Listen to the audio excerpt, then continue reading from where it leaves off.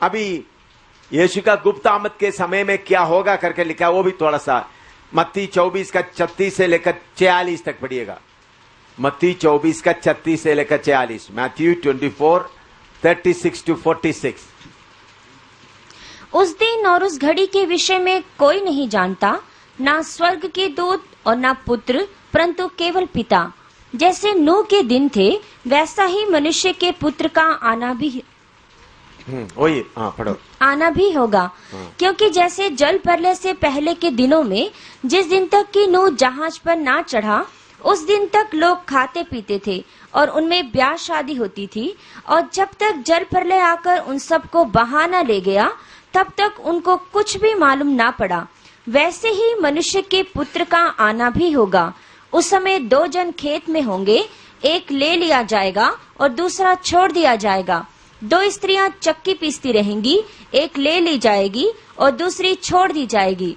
इसलिए जागते रहो, क्योंकि तुम नहीं जानते कि तुम्हारा प्रभु किस दिन आएगा। परंतु यह जान लो कि यदि घर का स्वामी जानता होता कि चोर किस पहर आएगा, तो जागता रहता और अपने घर में सेंध लगने ना देता। इसलिए तुम भी तैयार रहो, क्योंकि जिस घड़ी के विषय में तुम सोचते भी नहीं हो, उसी घड़ी मनुष्य का पुत्र आ जाएगा। सो वह विश्वास योग्य और बुद्धिमान दास कौन है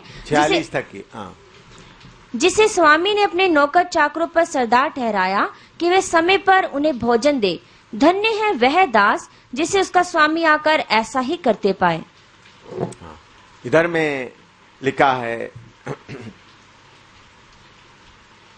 कैसा प्रभु यीशु मसीह आते समय में, सीक्रेट आते में, गुप्त में आते में क्या होगा। लूका 17 का 34 भी उनके साथ मिलाकर पढ़िएगा।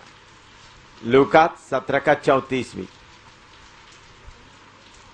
मैं तुमसे कहता हूँ, उस रात 2 मनुष्य एक खाट पर होंगे, एक ले लिया जाएगा और दूसरा छोड़ दिया जाएगा। तो यीशु का गुप्त आमद में क्या क्या होगा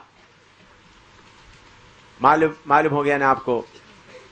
2 लोग बिस्तरे में सोते रहेंगे, एक जो तैयार है जाएगा।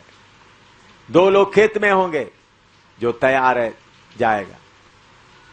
तो इसलिए हर समय हम तैयार रहना। लूका मत्ती 24 का 42 और 43 भी पढ़िएगा। Matthew 24, 42 and 43। इसलिए जागते रहो, क्योंकि तुम नहीं जानते कि तुम्हारा प्रभु किस दिन आएगा। परंतु यह जान लो कि यदि घर का स्वामी जानता होता कि चोर किस पहर आएगा, तो जागता रहता और अपने घर में सेंध लगने ना देता। चोर की तरह परमेश्वर आएगा, उसका मतलब परमेश्वर चोर नहीं है। चोर कब आता है करके हमको मालूम नहीं होता। समझ आया? चोर की तरह परमेश्वर आएगा। चोरी करने वाला अपना टाइम पर आता है, तो परमेश्वर चोर नहीं है, लेकिन चोर की तरह परमेश्वर आएगा। इन्हीं दिनों में ये तैयारी हमेशा सब लोग पहना के रखना है। पहले तो उसने 4 का 14 से 18 तक पढ़िएगा, गुप्त आमद में क्या होता है। पहला तस्सलोनी 4 का 14 से 18, फर्स्ट तस्सलोनी 4:40 to 18। हाँ, क्योंकि यदि हम प्रतीति करते हैं कि यीशु मरा और जी भी उठा, तो वैसे ही परमेश्वर उन्हें भी जो यीशु में सो गए हैं उसी के साथ ले आएगा। क्योंकि हम प्रभु के वचन के अनुसार तुमसे यह कहते हैं कि हम जो जीवित हैं और प्रभु के आने तक बचे रहेंगे, तो सोए हुओं से कभी आगे ना बढ़ेंगे। क्योंकि प्रभु आप ही स्वर्ग से उतरेगा। उस समय ललकार और प्रधान दूत का शब्द सुनाई देगा और परमेश्वर की तुरही फूंकी जाएगी, और जो मसीह में मरे हैं वे पहले जी उठेंगे। तब हम जो जीवित और बचे रहेंगे उनके साथ बादलों पर उठा लिए जाएंगे कि हवा में प्रभु से मिले, और इस रीति से हम सदा प्रभु के साथ रहेंगे। ये विवरण करने का जरूरत नहीं, ये बात आप सबको अच्छी तरह मालूम है। विवरण करने का जरूरत नहीं। यीशु का आमद, पहला तस्सलोनी, तो मैं सिर्फ वचन पढ़कर छोड़ देता हूं। पहला कोरिन्थी 15 का 51-52, फर्स्ट कोरिन्थियन 15, 51, 52। देखो, मैं तुमसे भेद की बात कहता हूँ कि हम सब तो नहीं सोएंगे, परंतु सब बदल जाएंगे। और ये क्षण भर में पलक मारते ही पिछली तुरही फूंकते ही होगा, क्योंकि तुरही फूंकी जाएगी और मुर्दे अविनाशी दशा में उठाए जाएंगे और हम बदल जाएंगे। ये भी विवरण करने का जरूरत नहीं, लिख कर रख दो, क्योंकि ये बातें आपको मालूम है, आप लोग इसके बारे में प्रचार करते हैं, तो जो बातें आपको मालूम है उसके लिए समय मैं खर्च करना नहीं चाहता हूं। अभी पब्लिक कमिंग, सबके सामने आने के बारे में भी एक दो विषय प्रकाशित एक का साथ पढ़िएगा। सबके सामने यीशु आता है।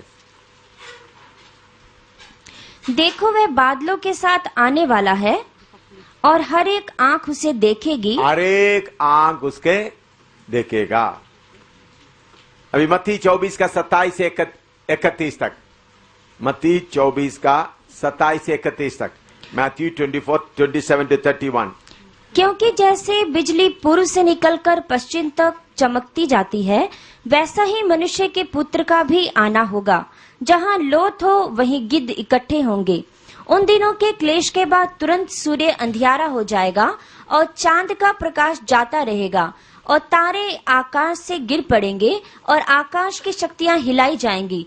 तब मनुष्य के पुत्र का चिन्ह आकाश में दिखाई देगा और तब पृथ्वी के सब कुलों के लोग छाती पीटेंगे और मनुष्य के पुत्र को बड़ी सामर्थ और ऐश्वर्य के साथ आकाश के बादलों पर आते देखेंगे। और वह तुरही के बड़े शब्द के साथ अपने दूतों को भेजेगा और वे आकाश के इस छोर से उस छोर तक चारों दिशा से उसके चुने हुओं को इकट्ठे करेगा। अभी इधर में गुप्त आमद और सबके सामने आने में तुरी में थोड़ा सा फर्क है। आप वो फर्क, तुरी बजाने वाले का फर्क आप थोड़ा देकर बता सकता है?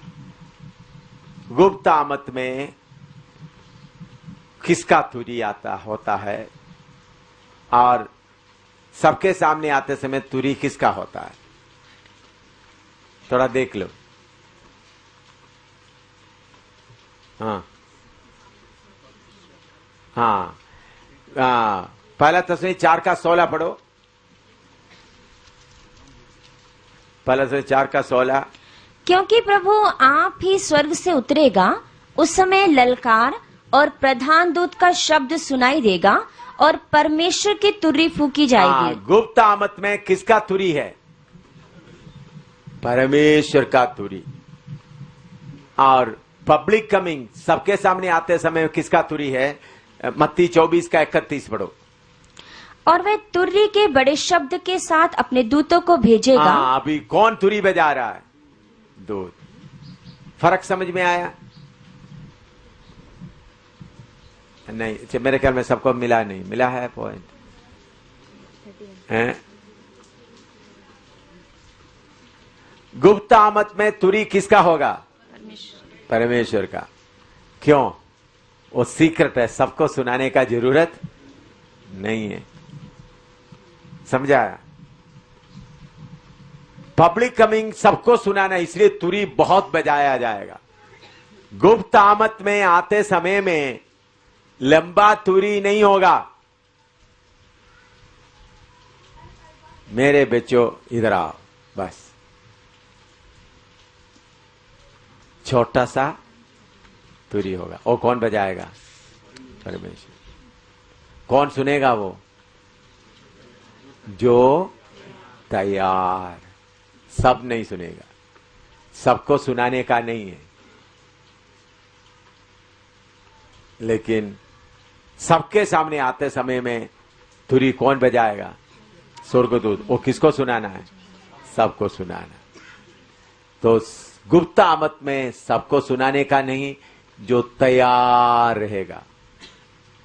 तो इसलिए मेरे प्यारों, इन्हीं दिनों में यीशु मसीह बादलों पर आकर मेरे बच्चों इधर आओ करके बोलने का समय नजदीक आ रहा है। उस वक्त जो तैयार है वो सुनेगा। इसलिए हमेशा किस बात में तैयार रहे? प्रभु तेरी आमद के लिए हमको तैयार रख। अभी सीक्रेट कमिंग, पब्लिक कमिंग है। जकरिया 12 का 8 से 10 तक भी पढ़िएगा। जकरिया 12 का 8 से 10 तक।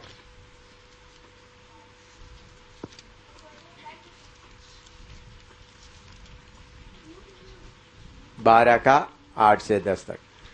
उस समय यहोवा यरूशलेम के निवासियों को मानो ढाल से बचा लेगा, और उस समय उनमें से जो ठोकर खाने वाला हो वह दाऊद के समान होगा, और दाऊद का घराना परमेश्वर के समान होगा, अर्थात यहोवा के उस दूत के समान जो उनके आगे आगे चलता था।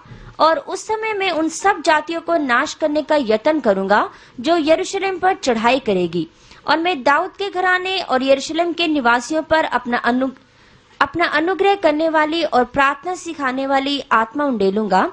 तब वे मुझे ताकेंगे, अर्थात जिसे उन्होंने भेदा है, और उसके लिए ऐसे रोएंगे जैसे इकलौते पुत्र के लिए रोते पीटते हैं, और ऐसा भारी शोक करेंगे जैसा पहलोठे के लिए करते हैं।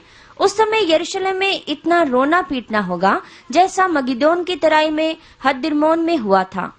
सारे देश में विलाप होगा, हर एक परिवार में अलग अलग, अर्थात दाऊद के घराने का परिवार अलग और उनकी स्त्रियां अलग, नातान के घराने का परिवार अलग और उनकी स्त्रियां अलग, लेवी के घराने का परिवार अलग और उनकी स्त्रियां अलग, शिमियों के परिवार अलग और उनकी स्त्रियां अलग, और जितने परिवार रह गए हों हर एक परिवार अलग अलग और उनकी स्त्रियां भी अलग अलग। इधर में कैसा इस्राएली लोग पश्चाताप करेंगे, प्रभु कैसा आएंगे, इस बात को मैं खोलकर जब प्रकाशित वाक्य 19 का अध्याय आते वक्त पढ़ाएंगे, सिर्फ आप नोट करके रख देना। अभी एक बात आप समझना, प्रकाशित वाक्य 4 अध्याय से लेकर आगे जितना भी लिखा है सीक्रेट कमिंग या गुप्त आमद के बारे में नहीं, बल्कि कौन सा है, पब्लिक कमिंग, सबके सामने आने वाला बात के बारे में बताया। प्रकाशित वाक्य में 4 अध्याय का शुरू से लेकर कोई आमद के बारे में बताया, वो सब कौन सा आमद के बारे में है, सबके सामने आने वाला आमद के बारे में है। तो अभी प्रकाशित वाक्य 1:8 पढ़िएगा। प्रकाशित वाक्य 1:8। प्रभु परमेश्वर वह जो है और जो था और जो आने वाला है, जो सर्वशक्तिमान है, यह कहता है कि मैं ही अल्फा और ओमेगा हूं। परमेश्वर खुद ही अपना टेस्टिमनी देता है। दोबारा पढ़ो। प्रभु परमेश्वर वह जो है और जो था और जो आने वाला है, हाँ, जो सर्वशक्तिमान है, यह कहता है कि मैं ही अल्फा और ओमेगा हूँ। मैं ही अल्फा और ओमेगा हूँ। लिखो अपना गवाही।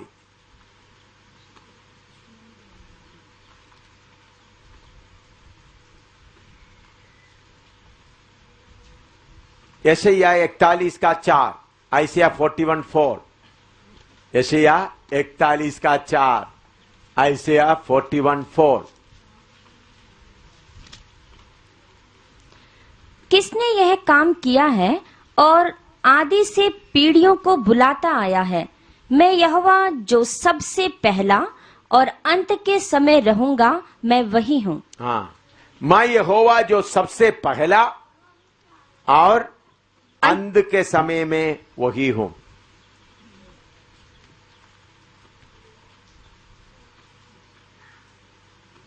मैं यहोवा सबसे पहला और अंत के समय में वही हूं, इसलिए बोलता मैं आदि और अंत हूं।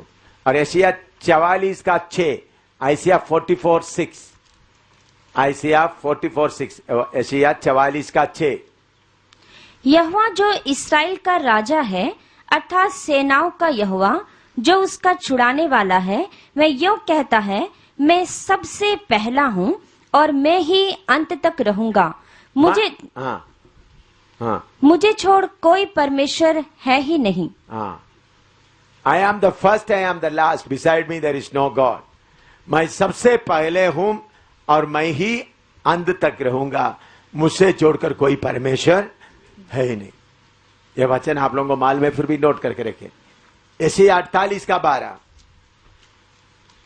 आइसिया 48:12। हे याकूब, हे मेरे बुलाए हुए इस्राएल, मेरी ओर कान लगाकर सुन, मैं वही हूँ, मैं ही आदि और मैं ही अंत हूँ। हालेलुया।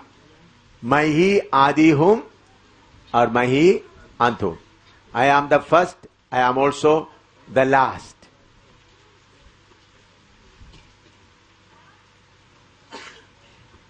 समझ में आ रहा है भाई? सब लोगों को समझ में आ रहा है? हाँ।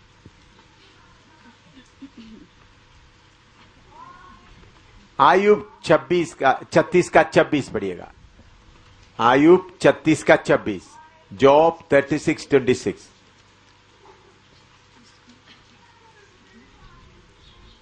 देख, ईश्वर महान और हमारे ज्ञान से कहीं परे है और उसके वर्ष की गिनती अनंत है। उनके वर्ष की गिनती अनंत है। आयसिया 36 का 26, 36:26, उसका वर्ष की गिनती अनंत है।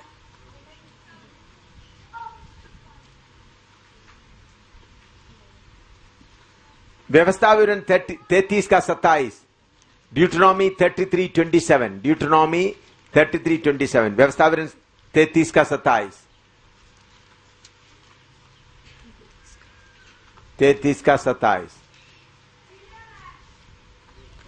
अनादि परमेश्वर तेरा गृह धाम है। हाँ, अनादि परमेश्वर तेरा गृह धाम। Eternal God is thy refuge.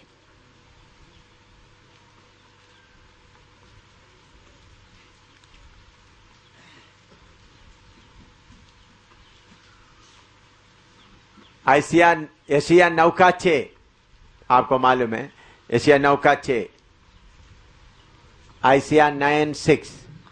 क्योंकि हमारे लिए एक बालक उत्पन्न हुआ, हमें एक पुत्र दिया गया है और प्रभुता उसके कांधे पर होगी और उसका नाम अद्भुत युक्ति करने वाला, पराक्रमी परमेश्वर, अनंत काल का पिता और शांति का राजकुमार रखा जाएगा। ये भी आपको मालूम है, अनंत काल का पिता, सर्वशक्तिमान परमेश्वर। नोट कर लो।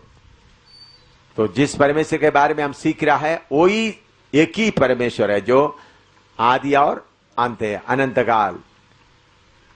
मालूम है, सिर्फ मैंने वचन आपको दे दिया ताकि आगे जाए। अभी प्रकाशित भाई 1 का 9।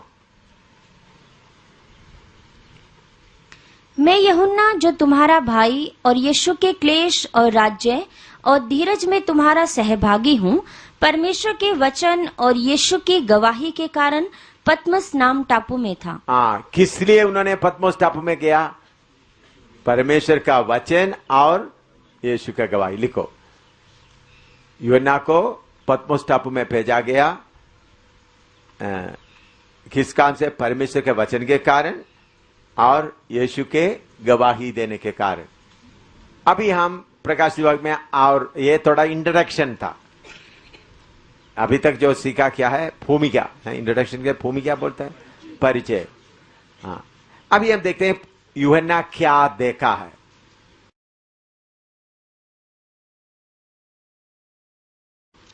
प्रकाशित वाक्य पहला अध्याय उसका 10 से 20 तक हम पढ़ते समय यूहन्ना क्या देखा है करके हम पढ़ते हैं।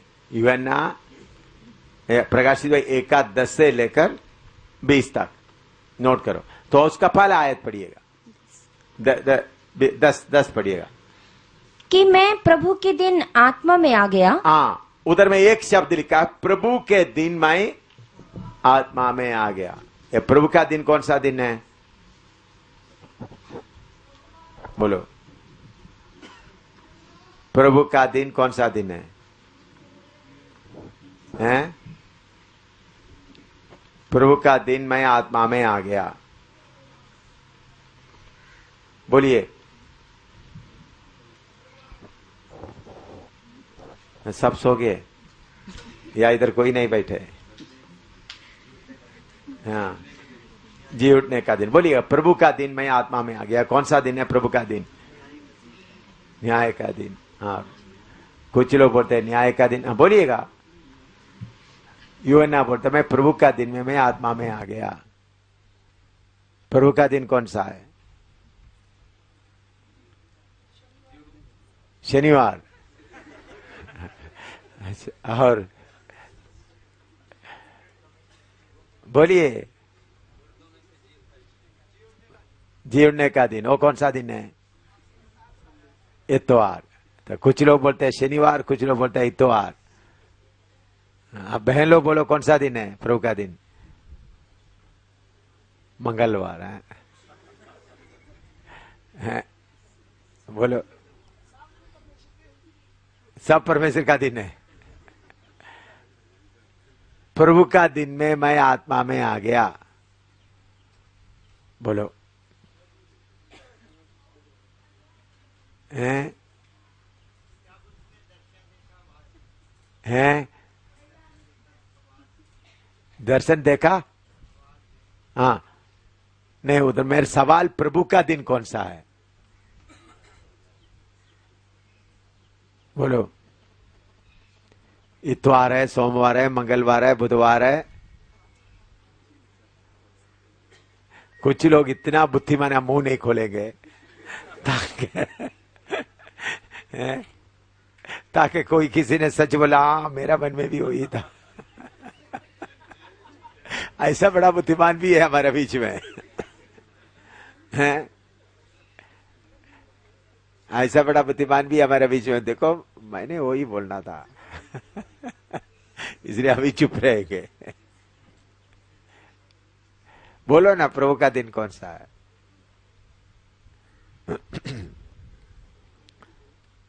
असली में हम सोचते समय प्रभु का दिन पुराना समय में यीशु मसीह जी उठा हुआ उस दिन को प्रभु का दिन माना जाता है, प्रभु का दिन। लेकिन इधर में ये एक दिन का बात नहीं है। असली में हम देखते हैं वक्त यूहन्ना आत्मा में प्रभु का दिन में क्या क्या होना है वो देखा। ये सारे बात अभी पहला अध्याय से लेकर आप आगे पढ़ें, एक दिन का बात नहीं है। आत्मा में उन्होंने प्रभु का दिन में क्या क्या होगा, आत्मा में उनको प्रभु का दिन में होने वाला बातों को दिखाने के लिए लेकर गया। अभी प्रभु का दिन के बारे में पढ़ते समय ऐसी याद 2:12 पढ़िएगा। आप लिखे लॉर्ड्स डे, प्रभु का दिन, हेडिंग लिखो लॉर्ड्स डे या प्रभु का दिन, प्रभु का दिन, लॉर्ड्स डे पढ़िएगा। यशायाह 2:12। क्योंकि सेनाओं के यहोवा का दिन सब घमंडियों और ऊंची गर्दन वालों पर और उन्नति से फूलने वालों पर आएगा और वे झुकाए जाएंगे। यहोवा का दिन, यहोवा का उस न्याय का दिन, यहोवा का दिन। दोबारा पढ़ो। क्योंकि सेनाओं के यहोवा का दिन, सेनों का यहोवा का दिन सब घमंडियों और ऊंची गर्दन वालों पर और उन्नति से फूलने वालों पर आएगा और वे झुकाए जाएंगे। सारे घमंडियों को क्या करेगा? झुकाए जाए। अभी जो यीशु मसीह के खिलाफ जो बोलता है, यीशु मसीह किधर है दिखाओ, हैं? उन सबको क्या करेगा? झुकाया जाएगा। प्रभु का दिन आ रहा है, अब थोड़ा सा खामोशी से रहो। प्रभु का दिन में सबको झुकाया जाएगा। योवेल 1:15, जोएल 1:15, हिंदी में क्या बोलते हैं? योएल 1:15 पढ़ो।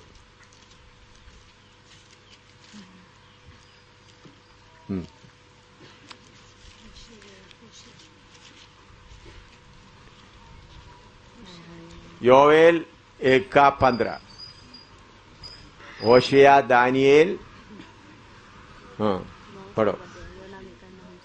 उस दिन के कारण हाय, क्योंकि यहोवा का दिन निकट है। यहोवा का दिन निकट है। उधर में लिखा है यहोवा का दिन निकट है। और योवेल का 2:1, 2:1 सियोन में नरसिंगा फूंको, मेरे पवित्र पर्वत पर सांस बांधकर फूंको, देश के सब रहने वाले कांप उठे, क्योंकि यहोवा का दिन आता है। यहोवा का दिन आता है। 3:14, 3:14, निपटारे की तराई में भीड़ की भीड़ है, क्योंकि निपटारे की तराई में यहोवा का दिन निकट है। यहोवा का दिन निकट है। वारी ऑफ डिसीजन, यहोवा का दिन निकट है। एसकीएल 13:5, एसकीएल 13:5, एसकीएल 13:5।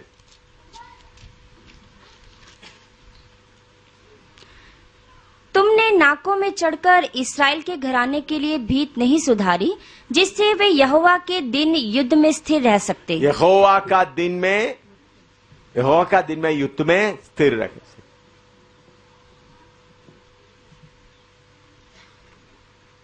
मलाकी 4:5, मलाकी 4:5। अब थोड़ा स्पीड में जाना है क्योंकि सीखना बहुत है। देखो, यहोवा के उस बड़े और भयानक दिन के आने से पहले, यहोवा का बड़े भयानक दिन आ रहा है।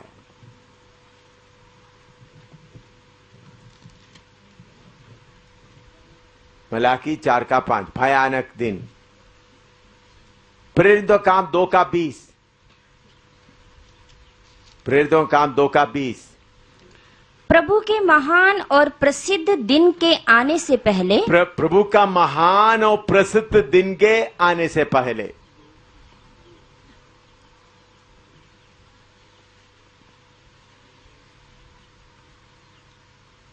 दूसरा कोरिन्थी 1:14, दूसरा कोरिन्थी 1:14। जैसा तुम में से कितनों ने मान लिया है कि हम तुम्हारे घमंड का कारण हैं, वैसे तुम भी प्रभु यीशु के दिन हमारे लिए घमंड का कारण प्रभु ठहरोगे। यीशु का दिन, प्रभु यीशु का दिन। पहला थिस्सलुनी 5:2, फर्स्ट थिस्सलुनी 5:2। क्योंकि तुम आप ठीक जानते हो कि जैसे रात को चोर आता है, वैसे ही प्रभु का दिन आने वाला है। प्रभु का दिन आने वाला है। दूसरा पत्रोस 3:10, 2 पीटर 3:10। परंतु प्रभु का दिन चोर की नाई आ जाएगा। प्रभु का दिन चोर का नहीं आ जाएगा। हाँ। अभी मैं कुछ रेफरेंस आपको प्रभु का दिन के बारे में दिया है, ये पक्का आने वाला है। अभी लोगों को प्रभु दया से लिया है, घमंड करते रहता है, परमेश्वर के खिलाफ बोलते रहता है, लेकिन प्रभु का दिन में सब ठीक होता जाएगा, सबको ठीक करके छोड़ेगा। हाँ। बड़े से बड़ों को भी, मुसलमान भाई लोग बोलते हैं यीशु कहां, मरा नहीं है, सब प्रभु का दिन में सारा हिसाब ठीक हो जाएगा, किसी के अंदर दम नहीं रहेगा। हर घुटना टेकेंगे, हर जीव अंगीकार करेंगे यीशु ही प्रभु है। हर मुसलमान अंगीकार करेंगे, हर हिंदू अंगीकार करेंगे, हर बुद्ध अंगीकार करेंगे, हर कम्युनिस्ट अंगीकार करेंगे। तो प्रभु का दिन आ रहा है, न्याय का दिन। अभी इतवार, खास तौर पर इतवार मनाने के लिए कब से शुरू किया, उसका यीशु मसीह के समय में कलीसिया क्या सोचते थे, यहूदी लोगों का प्रार्थना का दिन था शनिवार, लेकिन यीशु मसीह जी उठने का दिन इतवार होने के कारण विश्वासी लोग इतवार को आराधना करते थे। लेकिन वो एक खास रिवाज के तौर पर नहीं था, उन लोग प्रतिदिन आराधना करते थे, लेकिन इतवार के दिन प्रभु जी उठा हुआ दिन ऐसा है उन लोग थोड़ा, क्योंकि ऐसा दिन उन लोग मानने का कारण क्या है, यहूदी लोग कौन सा दिन मनाते थे। और इसका एक दूसरा भी बात है, आप लोग पास्टर लोग भी ध्यान से सुने, पुराने जमाने में कोई गिरजाघर नहीं था। इस्राएली लोग सब किधर में इकट्ठा होते थे, मंदिर में।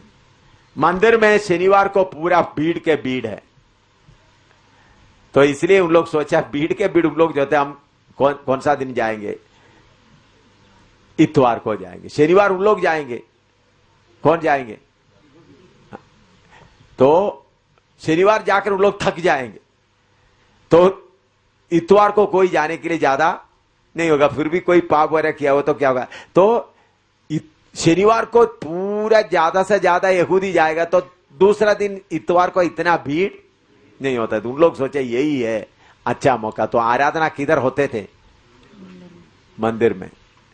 ऐसा चलते चलते एक कारण हो गया, तो क्रिश्चियन शब्द या क्रिश्चियन शब्द करके हम नहीं बोल सकते, मैं बोल देता यीशु के पीछे चलने वाला, चलो उन लोग पूरा यहूदी लोग पूरा अपना रश पूरा सब करने दो। आपको मालूम है कहीं त्योहार वगैरह हो गया तो दूसरे दिन कैसा क्या होता है, काली होता है, खामोशी होता है, तो वही दिन देकर के उन लोग जाना शुरू किया। ऐसा इतवार का आराधना।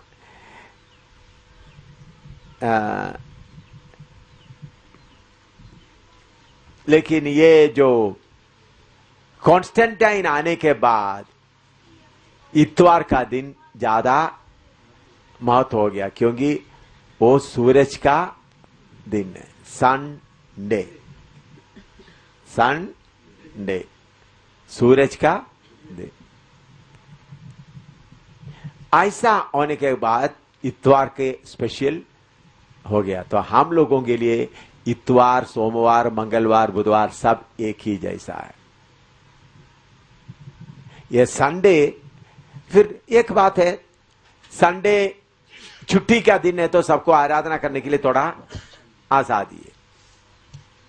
एडी 321 में, एडी 321 रोमन एम्परर कॉन्स्टेंटाइन सबको छुट्टी घोषित कर दिया। कब? एडी 321 में।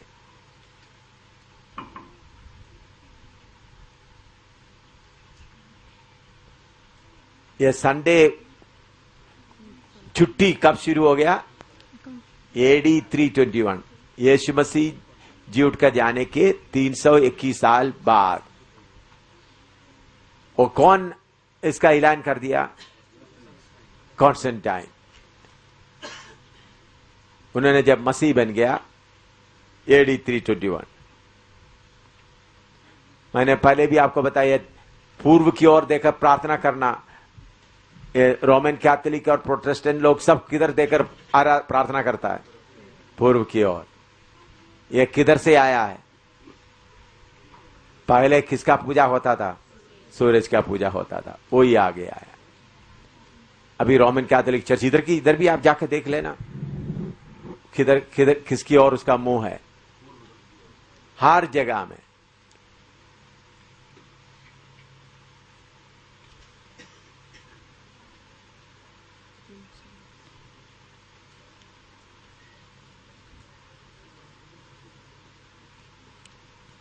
उन्हीं दिनों में एम्परर्स डे या सम्राट का दिन भी होता था।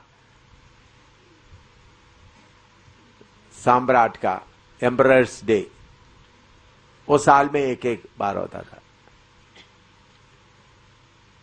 इधर में उसके साथ तो इतवार हमारे लिए कोई खास स्पेशल नहीं है, बस ऐसे एक रिवाज आ गया।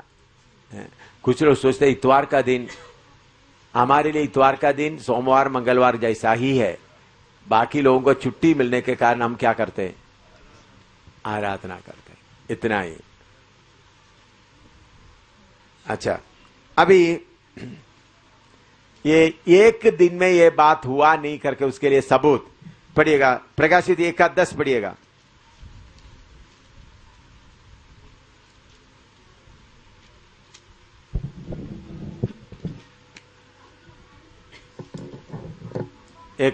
प्रकाशित 1:10 कि मैं प्रभु के दिन आत्मा में आ गया और अपने पीछे तुर्री का सा बड़ा शब्द यह कहते सुना। बस इधर में मैं थोड़ा सा आपको डिफरेंस बताने के लिए उसका 4:2 पढ़िएगा। प्रकाशित 4:2। और तुरंत मैं आत्मा में आ गया और क्या देखता हूँ कि एक सिंहासन स्वर्ग में धरा है हाँ, और अभी उस 17 का 3 पढ़िएगा।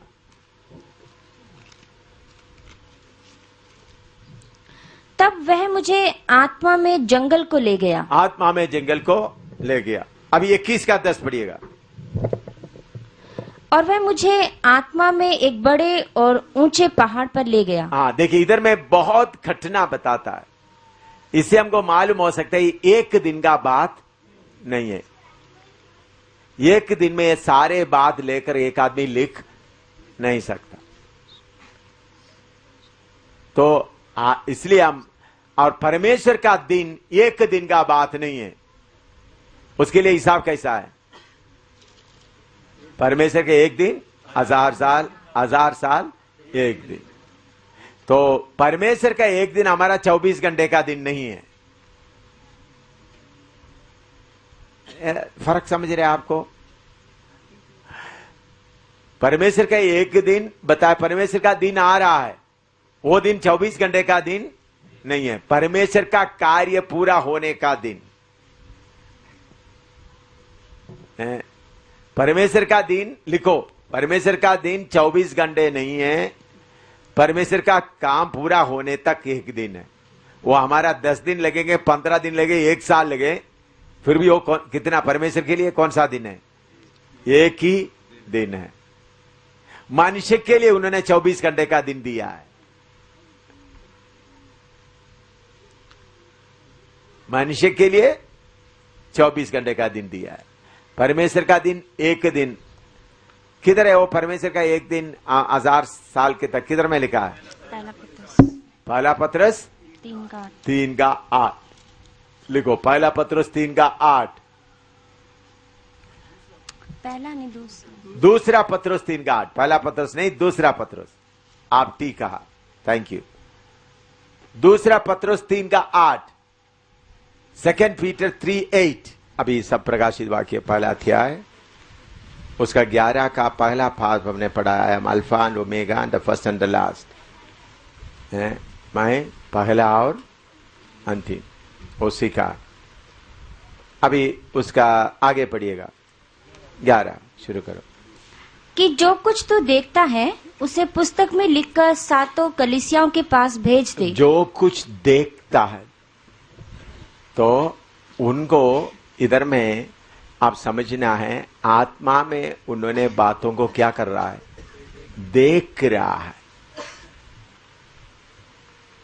उनके मन में आया कल्पना नहीं, बल्कि उनको दिखा रहा है, देख करके लिख रहा है,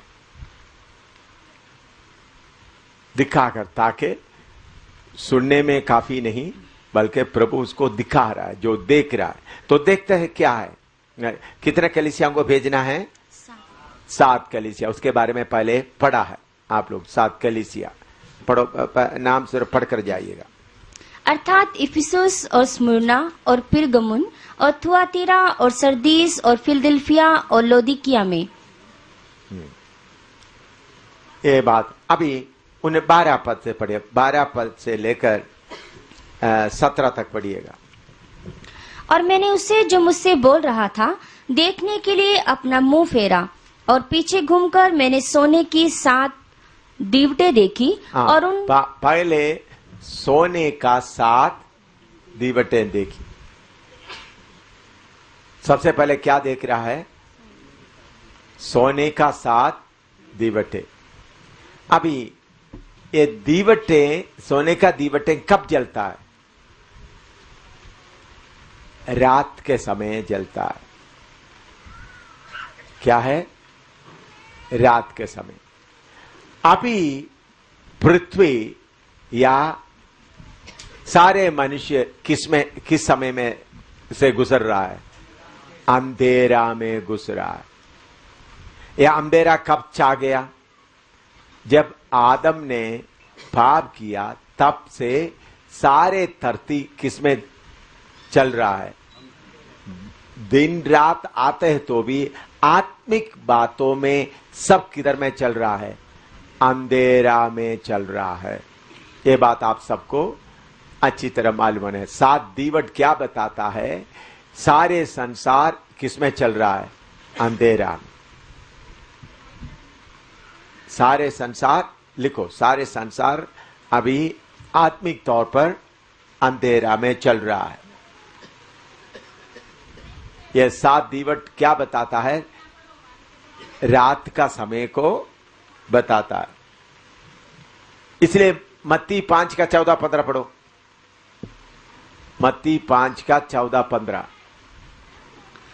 तुम जगत की ज्योति हो।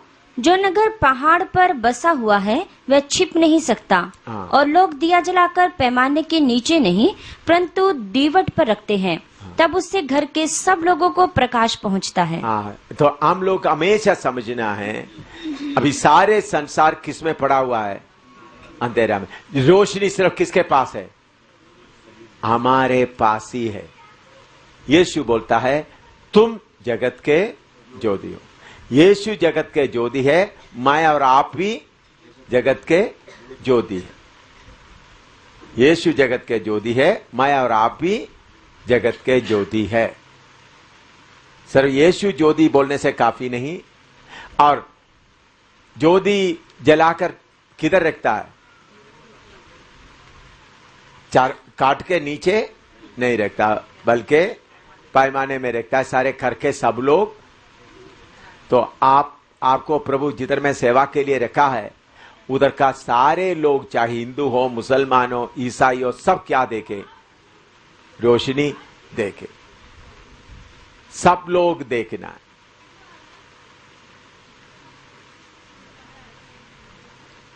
फिलिपी 2 का 15-16। फिलिपी 2 का 15-16।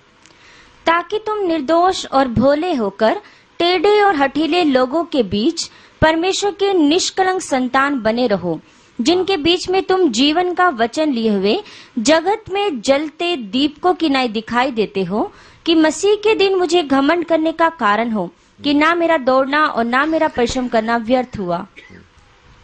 तो ये भी बात आप सबको अच्छी तरह मालूम है। हमको प्रभु किधर रखा हुआ है? टेढ़े और अटीले। ये है बड़ा प्रॉब्लम है, टेढ़े और अटीले लोगों के बीच में हमको कैसा रखा है? अच्छे लोगों के बीच में तो अच्छा है। पति पत्नी है, चाहे पत्नी हो, चाहे पति हो, चाहे भाई बहन हो, और आपस में टीम के लोग इकट्ठा रहता है, मालूम हो जाते अंदर में क्या क्या। टेढ़े और अटीले लोगों के बीच में क्या होना है? रोशनी के संतान। अच्छे लोगों के बीच में रहना बहुत आसान है। जो टेढ़े लोगों के बीच में, हालेलुया, कितना मुश्किल है। कोई मुश्किल तो नहीं है ना। अगर मसीह आपके अंदर जीवित रहेगा तो कोई मुश्किल नहीं है।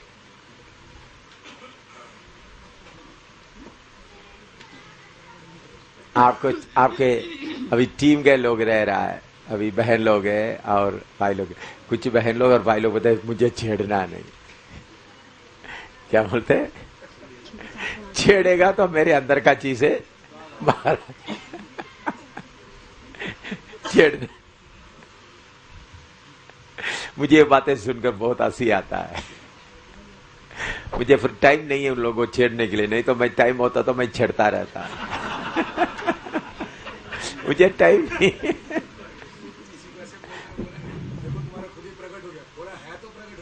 हाँ, मुझे छेड़ने का टाइम होता तो मैं छेड़ता रहता, लेकिन टाइम नहीं है, क्या करूं। रात को भी देखो, आज रात भी, पिछले रात भी 1-1.5 घंटा सोने का मौका मिला। 1.5 घंटा, 1.5 घंटा भी पूरा होगा नहीं, तो टाइम कम मिलता है मुझे छेड़ने। अगर कोई कुछ बोलता है मुझे छेड़ना है, तो मुझे तो फिर ऐसा होता है इसको छेड़ कर देखो इसके अंदर का गंदगी क्या क्या है। भाई हम आपस में रहते समय में एक एक का अंदर का गंदगी निकालना बहुत आसान है देखने के लिए। कोई बर्तन इधर फेंकेगा, कोई बिस्तरा इधर डाल देगा, कोई बेडशीट उधर डाल देगा, कोई गंदे जूते के साथ अंदर आ जाएगा, कोई पानी पूरा लेकर 10-12 लोग हैं तो एक ही सुबेरे उठकर पूरा नहा धोकर अपना साफ सफाई करके प्रार्थना में बैठ जाएगा, बाकी लोगों को कोई पानी नहीं। तो सुबेरे उठकर नहाना गलत बात नहीं है, ताकि सुबेरे उठकर नहाएगा तो क्या हो गया, बाकी लोगों का समय मिल जाएगा। बाकी लोगों को सुबेरे उठकर कोई नहाए तो बाकी लोगों को समय, लेकिन सुबेरे उठकर का पूरा पानी खत्म करके नहीं बैठना। अपना जितना जरूरत है उतना लेकर नहाया, सुबह उठकर नहाया, अच्छा बात है। टीम में अभी इकट्ठा रहता है तो कोई सुबह उठकर चलो भाई बाकी लोग उठने के पहले मैं उठकर नहा लूं, वो अच्छी बात है। ऐसा आदत बहुत अच्छी है ताकि बाकी लोगों को क्या मिले, समय मिल जाए। लेकिन सुबह उठकर सारे पानी खत्म करके नहीं बैठना। खाना देखिए, जब हम आपस में रहते समय में अंदर का देखो भाइयों बहनों, हमको दूसरे आपको छेड़ने से बहुत फायदा है। छेड़ने से फायदा है नुकसान है? बोलो बोलो, कितने लोग बोलते हैं छेड़ने से फायदा है? बहन लोग कोई हाथ नहीं उठाते, बहन लोग कोई हाथ नहीं उठा रहा है, हैं? हाँ,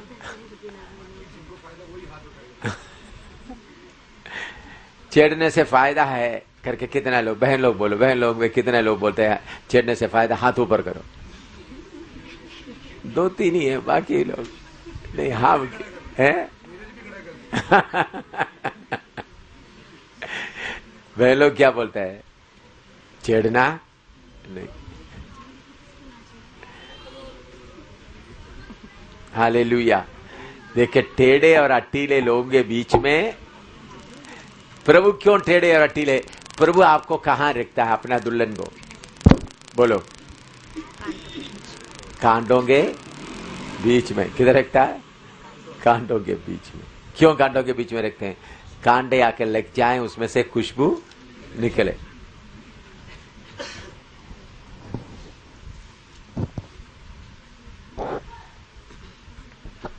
तो छेड़कर आपके अंदर का कांटे सब निकल जाना है, बिल्कुल। लेकिन कुछ लोग बोलते हैं मुझे छेड़ना नहीं, मुझे छेड़ना नहीं, मैं बारूद से भरा हुआ हूं, फट जाएगा मुझे छेड़ना है। हाँ,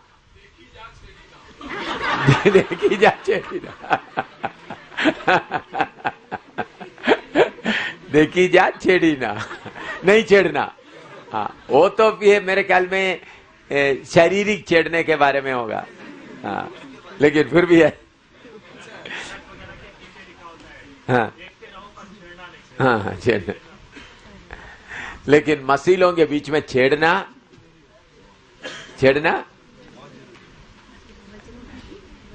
बहुत आशीष का है भाई। हैं? नहीं छेड़ना, वचन में लिखा है ना। बाइबल में किधर लिखा है? थोड़ा बताओ। हैं? किधर लिखा है? थोड़ा निकालो। ना छेड़ो, थोड़ा निकालो। हाँ, लिखा।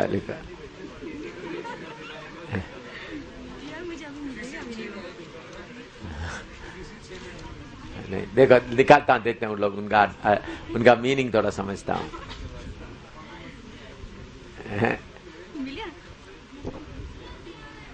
हाँ, पढ़ो। कौन सा 5 का? गलाती। हाँ, पढ़ो।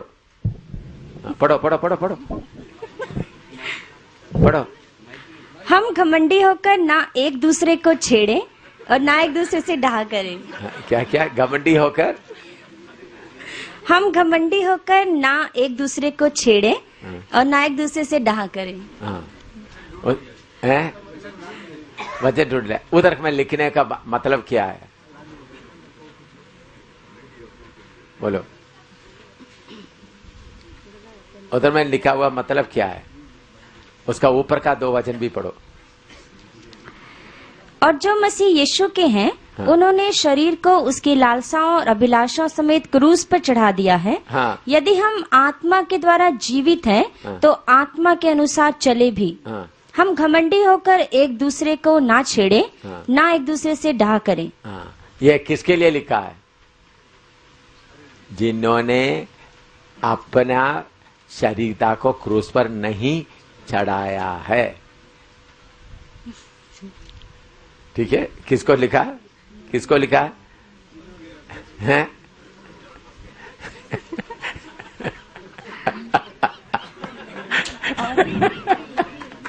जिन्होंने, वो तीनों थोड़ा अच्छी तरह पढ़ो ना। आप सोचे होगे मैं पढ़ा नहीं होगा, शायद मुझे मालूम ही नहीं होगा।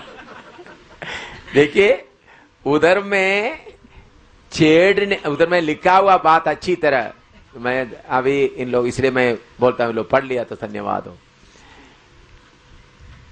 जिन्होंने अपने आप को क्रूस पर नहीं चढ़ाया, उनको बोल रहा है तुम क्या करो?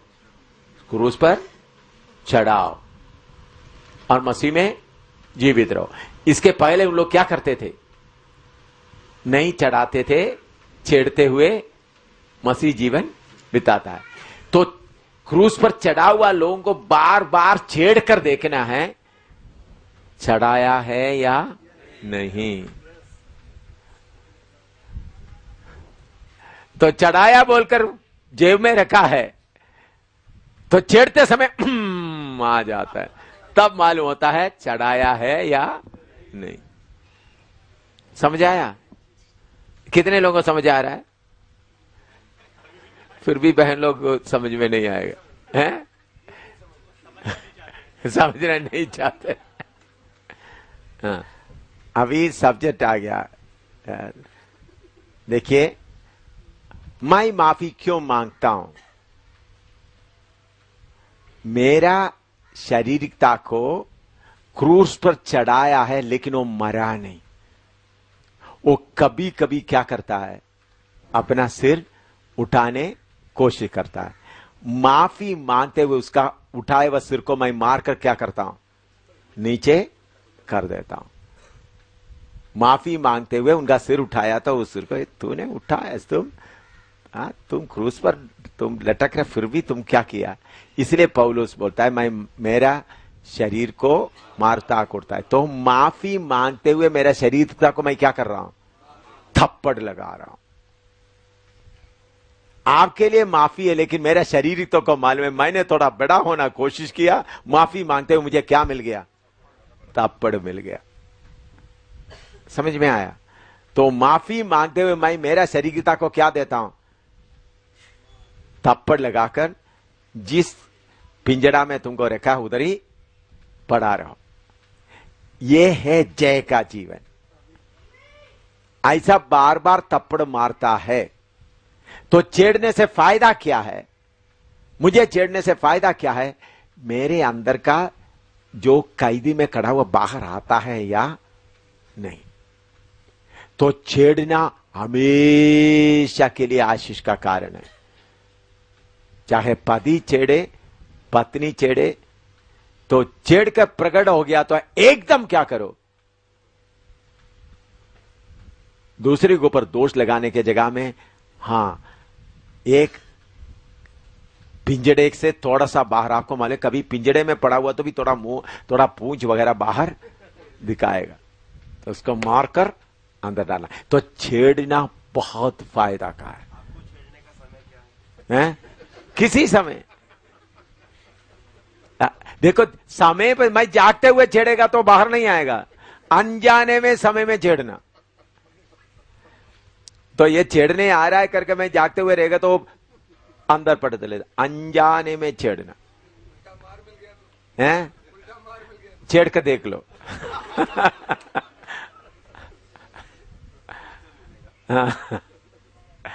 तो मैं आपको बताता हूं, प्रभु हमको टेढ़े और अटीले लोगों के बीच में क्यों रखा है, यह समझना। कांडों के बीच में क्यों रखा है? ताकि लगकर हमारा अंदर का खुशबू बाहर आ जाए। चारों तरफ का लोग चिढ़ने दो।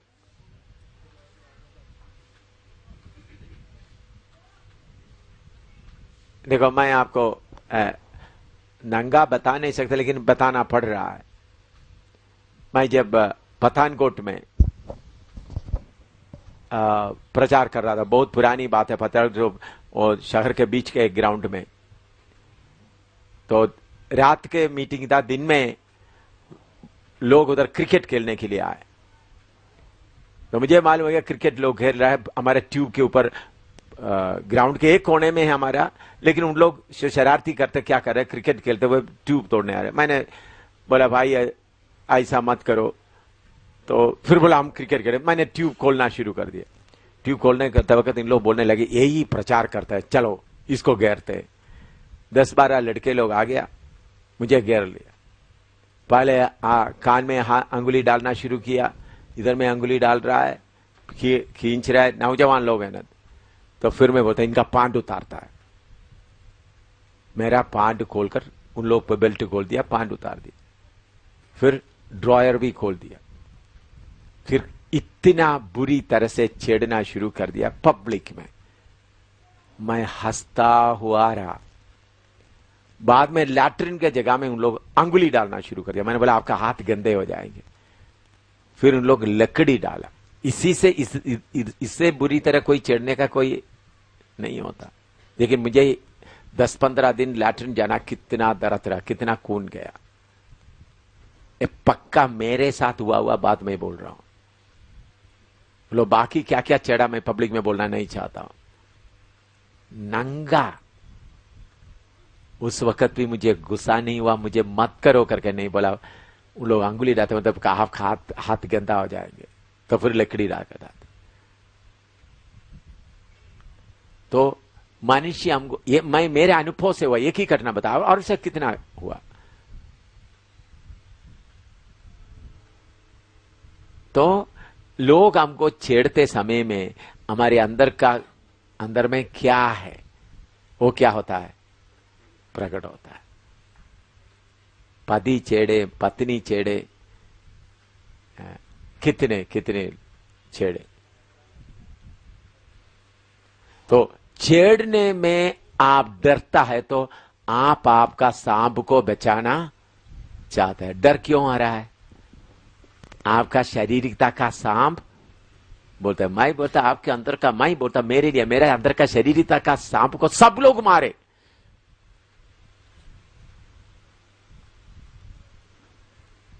सब लोग मारे।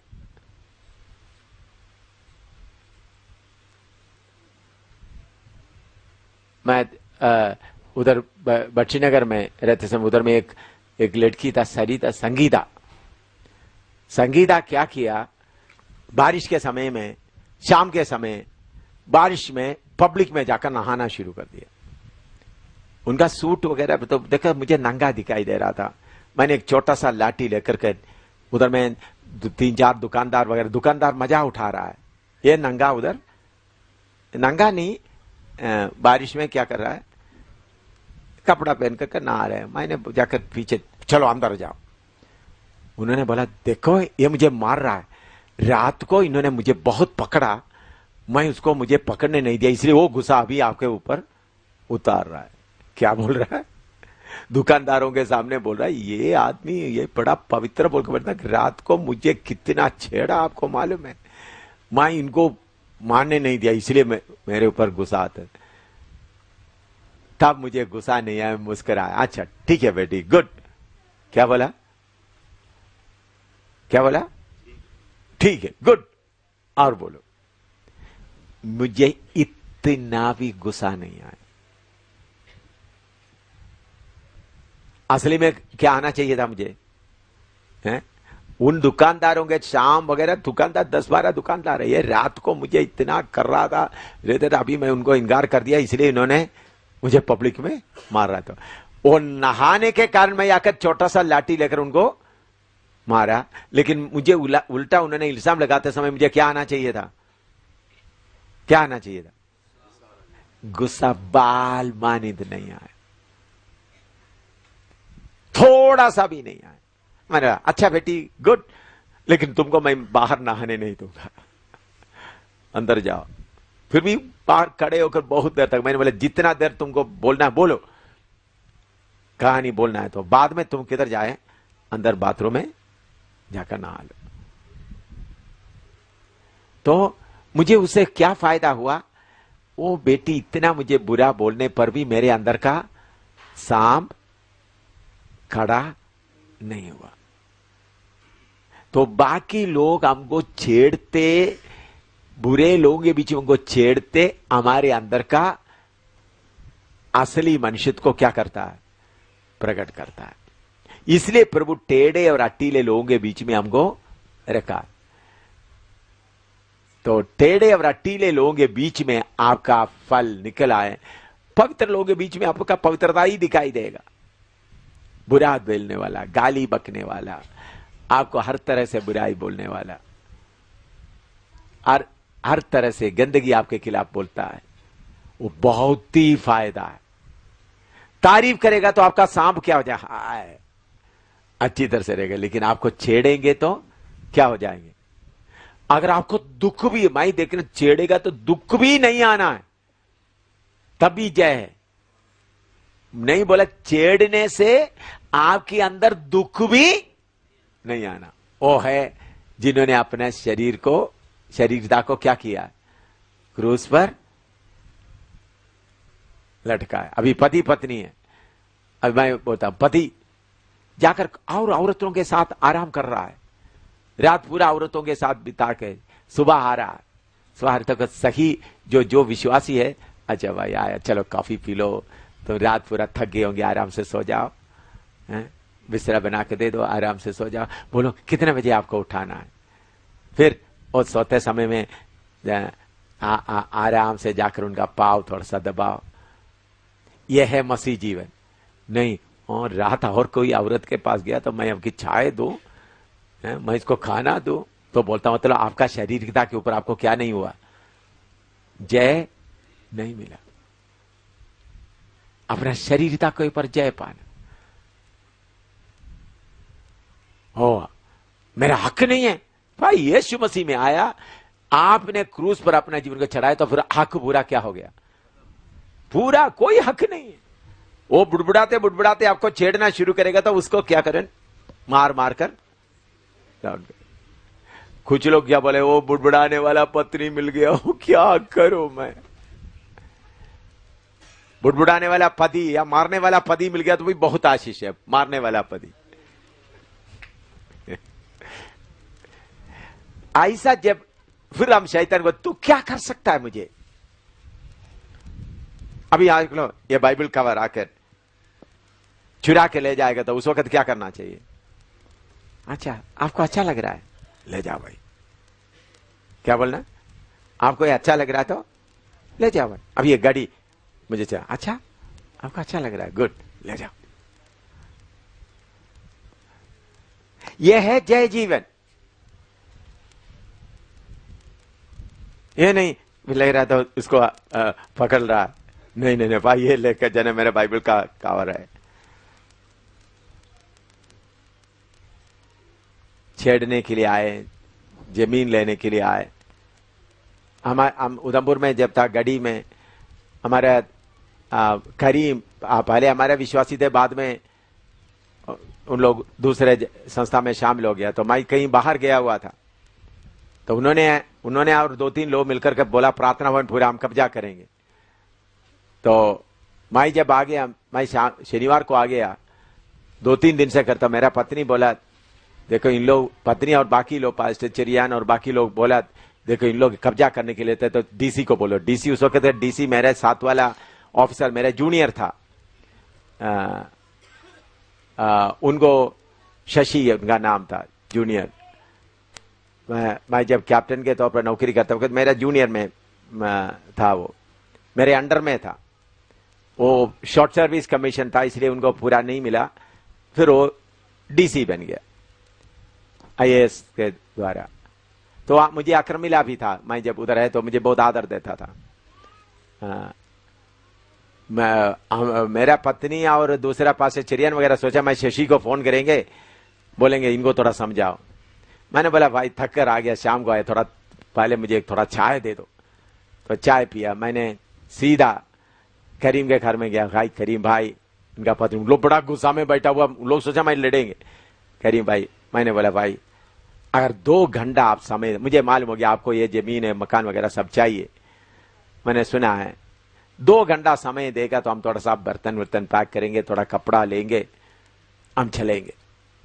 अगर आप बोलते नहीं 2 घंटा नहीं दे, 1 घंटा लेगा तो हम थोड़ा कपड़ा लेंगे, जाएंगे। आप बोलते 1 घंटा भी नहीं देता, अभी निकलना, तो भाई आ जाओ, बाइबल मेरे हाथ में है, ले जाओ पूरा, हम निकल रहा है।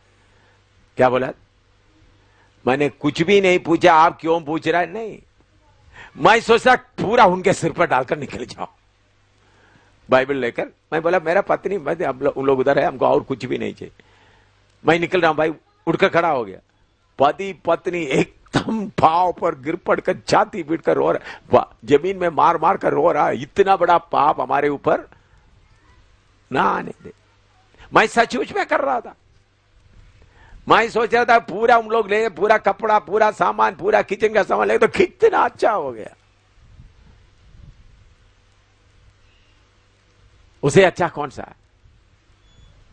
तो लोग आपको छेड़ता है तो बहुत धन्यवाद देना है। असली में देखें तो छेड़ने वाला ही आपका आशीष है। मैं आपको बताऊं, मुझे बदनाम करने वाला मेरा आशीष है। मुझे तारीफ करने वाला नहीं, मुझे बदनाम करने वाला, बदनाम करने वाला बदनाम करके मेरे जो जितना उन लोग बदनाम करते हैं, मुझे क्या दे सकता है? आशीष। बदनाम करके किसको मारता है? मेरा अंदर का खुदी को, शारीरिकता को मैं मारता हूं, दूसरा मारता। भाई तुम बदनाम करके मारते हो, धन्यवाद।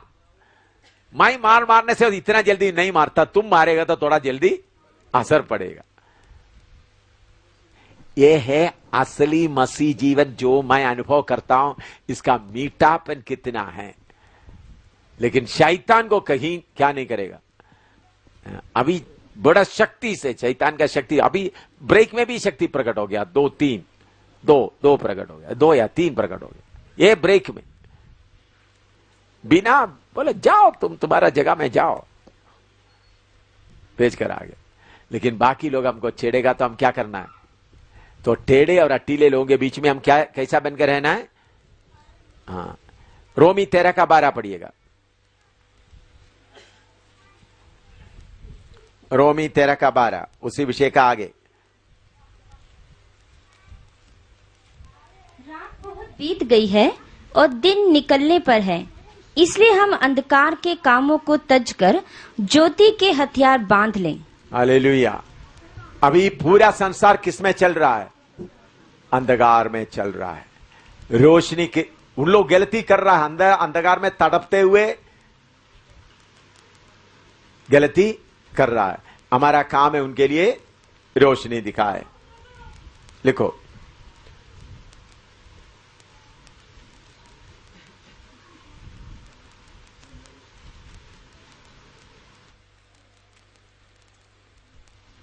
दूसरा पत्रोस 1:19 पढ़ो। दूसरा पत्रोस 1:19। और हमारे पास जो भविष्यद्वक्ताओं का वचन है, वह इस घटना से दृढ़ ठहरा, और तुम यह अच्छा करते हो जो यह समझकर उस पर ध्यान करते हो कि वह एक दिया है जो अंधियारे स्थान में उस समय तक प्रकाश देता रहता है, जब तक कि पौ ना फटे और भोर का तारा तुम्हारे हृदयों में ना चमक उठे। भोर का तारा। अभी हम अंधेरा में चल रहा है। नबूवत एक रोशनी की तरह है।